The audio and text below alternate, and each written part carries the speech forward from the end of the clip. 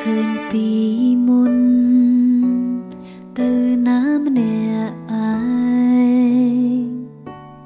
ធ្វើអ្វីអ្វីក៏ធ្វើតែឯងនៅម្នាក់ឯងឡើងស៊ាំចង់មិនដេចពេលនេះក៏ពិបាកទ្រាំលែងចេញធ្វើអ្វីក្រៅពីយំខ្លាចអារម្មណ៍ដែលនឹងគេ